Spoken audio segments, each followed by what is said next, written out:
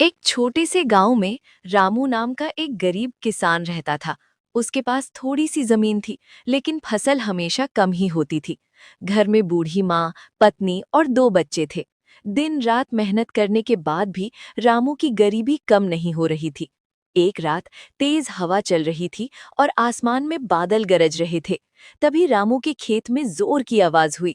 सुबह जब रामू खेत में पहुंचा तो उसकी आंखें फटी की फटी रह गईं। उसकी खेत में बहुत बड़ा सफेद और चमकदार घोड़ा खड़ा था।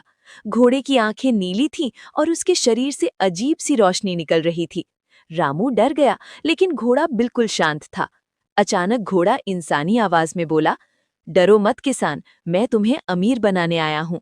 घोड़े ने कहा कि वो कोई साधारण घोड़ा नहीं, बल्कि ईश्वर की कृपा से भेजा गया है। उसने रामू को बताया कि अगर वो ईमानदारी और मेहनत से खेती करेगा तो उसकी जमीन सोना उगलेगी। अगले दिन से रामू ने घोड़े की बताई हर बात मानी। उसने समय पर बीज बोए, पानी दिया और खेत की पूरी देखभाल की। आश्चर्य की बात यह थी कि जहां जहां घोड़ा अपने खुर रखता था, वहां फसल दुगनी उगती थी। कुछ ही महीनों में रामू के खेत में इतनी फसल हुई कि पूरा गांव देखने आ गया। रामू ने अनाज बेचकर कर्ज चुका दिया, बच्चों को पढ़ाने लगा और माँ का इलाज करवाया। वो अमीर बन गया, लेकिन उसका दिल आज भी गरीबों के लिए वैसा ही था। एक दिन घोड़ा बोला, अब मेरा काम पूरा हुआ। इतना कहकर वो रोशनी में बदल गया और आसमान में गायब हो गया।